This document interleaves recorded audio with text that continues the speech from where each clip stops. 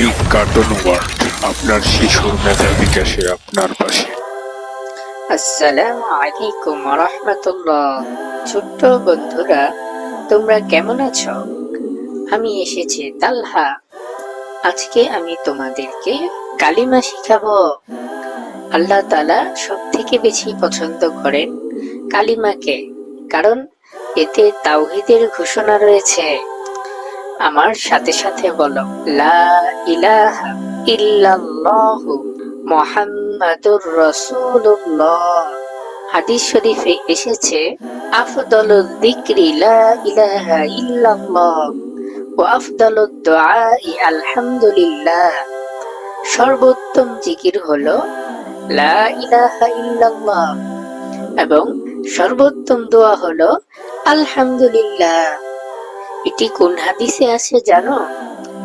হাদিসে রয়েছে জামিউত তিরমিজি হাদিস নং 3383 এবং সুনানো ইবনে মাজাহ হাদিস নং 3800। আমরা বেশি বেশি লা ইলাহা ইল্লাল্লাহর জিকির করব। এবার চলো আমরা এটার অর্থ জেনে নেই। লা ইলাহা ইল্লাল্লাহু মুহাম্মাদুর রাসূলুল্লাহ, কোনো উপাস্য নেই আল্লাহ ছাড়া, এবং হযরত মুহাম্মদ সাল্লাল্লাহু আলাইহি ওয়াসাল্লাম আল্লাহর রাসূল। আমরা সবাই এই কালিমাটি শিখে নিব। এটাকে বলা হয় কালিমায়ে তাইয়্যিবা। আর এমন সুন্দর সুন্দর জিনিস শেখার জন্য এবং সুন্দর সুন্দর দোয়া এবং কালিমা শেখার জন্য আমাদের চ্যানেলটিকে সাবস্ক্রাইব করে রাখো।